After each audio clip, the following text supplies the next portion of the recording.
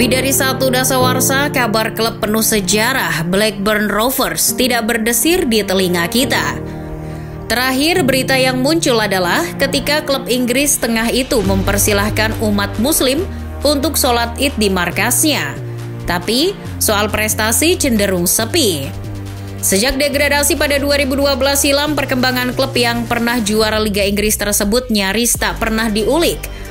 Padahal kini Blackburn sedang berusaha untuk kembali ke Premier League. Blackburn Rovers musim ini juga memastikan lolos ke perempat final Piala FA saat tim yang menghabisi Manchester United 7-0 saja tidak sampai ke sana. Well, sebenarnya apa yang terjadi dengan Blackburn Rovers? Mengapa Blackburn sulit kembali ke Premier League?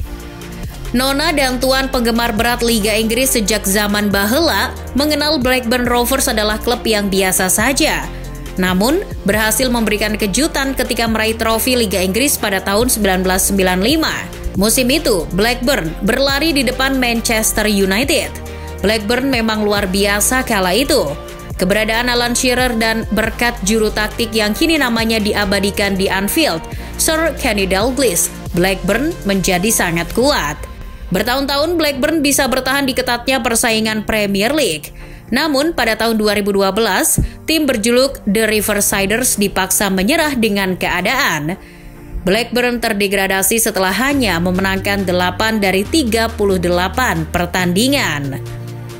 Gejalanya sudah muncul dari tahun 2010. The Riversiders merengkuh kesuksesan berkat pemilik lawasnya, Jack Walker.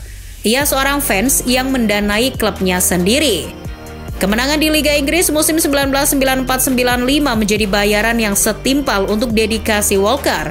Namun kekayaannya tak selamanya abadi. Pada suatu keadaan, Walker terpaksa menjual Blackburn ke orang lain.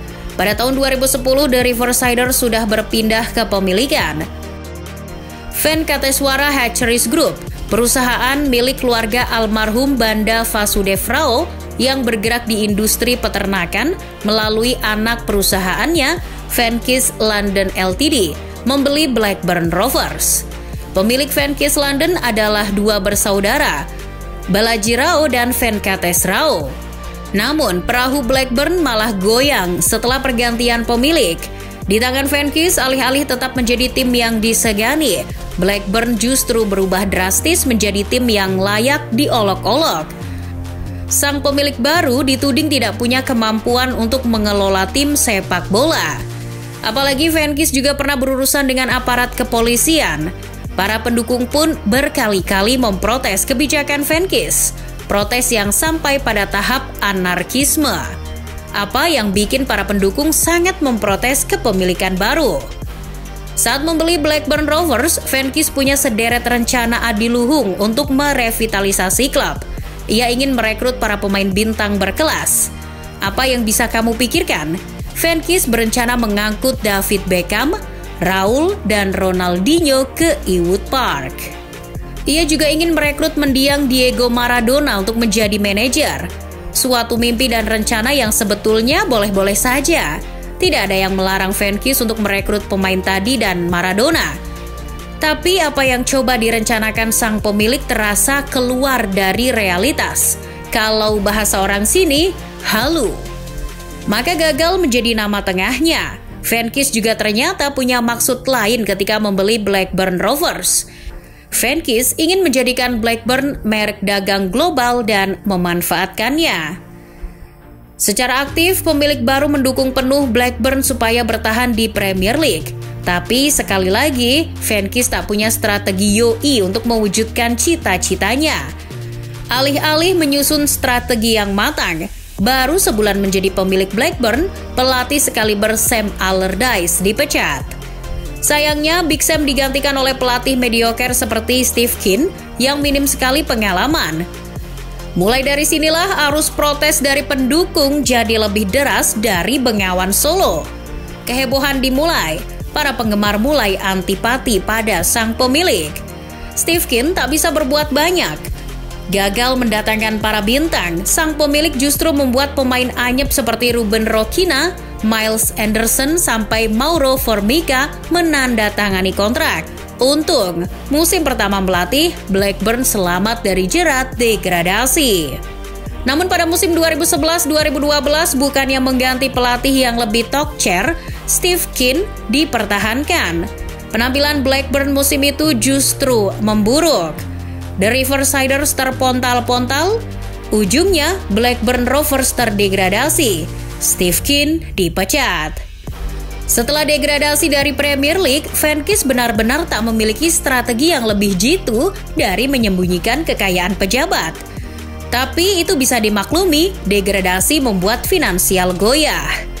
Dilansir BBC, Rovers harus merugi sebesar 36,5 juta pound sterling sebelum pajak akibat tersingkir dari Premier League. Padahal pada tahun sebelumnya bisa untung 4,3 juta pound sterling. Selain itu, omset klub merosot tajam hingga 27,3 juta pound sterling pada perhitungan yang berakhir Juni 2013. Hutang bersih The Riversiders juga meningkat. Dari yang semula 24,5 juta pounds menjadi 54,5 juta pound sterling. Kerugian yang khusus operasional mencapai 24,3 juta pound sterling sejak dibeli Venkis tahun 2010 sampai terdegradasi. Blackburn juga kehilangan pendapatan tiket sebesar 1,1 juta pound sterling. Finansial yang sempoyongan mendorong sang pemilik belingsatan mencari jalan. Untungnya musim itu aturan Championship mengizinkan tim merugi 8 juta pound sterling musim itu. Setelah Steve Kean, Blackburn dilatih 5 pelatih berbeda sebelum kedatangan Tony Mowbray sebagai manajer dan Steve Waugott sebagai CEO yang membawa angin segar. Keduanya mengembalikan pijakan Blackburn dengan menjual beberapa pemain demi keselamatan finansial. Ironisnya, degradasi ke kasta kedua bukan satu-satunya kesengsaraan mantan juara Liga Inggris ini. Sebab pada tahun 2017, Blackburn mencatatkan rekor sebagai mantan juara Premier League pertama yang turun ke kasta ketiga. Kemenangan 3-1 atas Brentford di laga terakhir EFL Championship musim 2016-2017 tak mampu menyelamatkan Blackburn dari degradasi. Padahal pada musim itu, The Riversiders dilatih 3 pelatih yang berbeda, Paul Lambert, Owen Coyle, dan Tony Mowbray. Para penggemar pun makin tak bisa menyembunyikan kekesalannya pada Venkis. Fans menuding pemilik baru telah menghancurkan tim dengan investasi yang buruk. Meski begitu, Tony Mowbray mencoba bertanggung jawab. Beruntungnya, Blackburn hanya semusim di kasta ketiga. Tatkala kontraknya habis, Mowbray tidak memperpanjangnya. Kedua pihak sepakat untuk berpisah.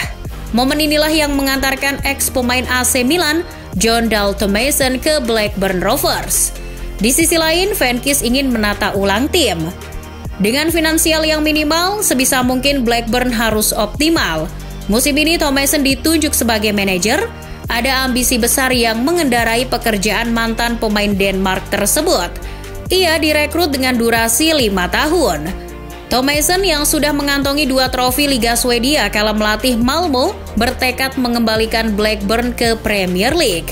Direktur sepak bola Rovers, Greg Broughton, mengatakan pemilik kini punya misi jangka panjang. Penunjukan Tomasson adalah pengejawantahannya. Mental Tomasson kala jadi pemain Newcastle United, AC Milan, dan Villarreal berharap bisa menular ke anak-anak Ewood Park. Tomasson merenovasi skuad dengan material bakat yang menarik. Ada bek kuat Dominic Hayam dan pemain sayap Ryan Hedges.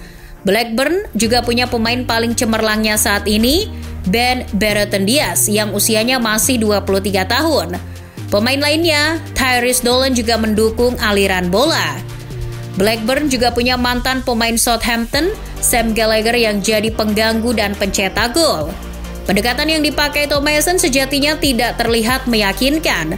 Ia pernah menerapkan penguasaan bola, tapi belakangan sering bermain pragmatis. Blackburn kini sedang berada di zona playoff promosi. Setidaknya itu sebelum menghadapi Stoke City. The Riversiders juga tampil apik di Piala FA. Mereka melangkah ke perempat final dengan melalap juara Liga Inggris 2016 Leicester City. Jadi, pada kangen nggak nih sama Blackburn Rovers?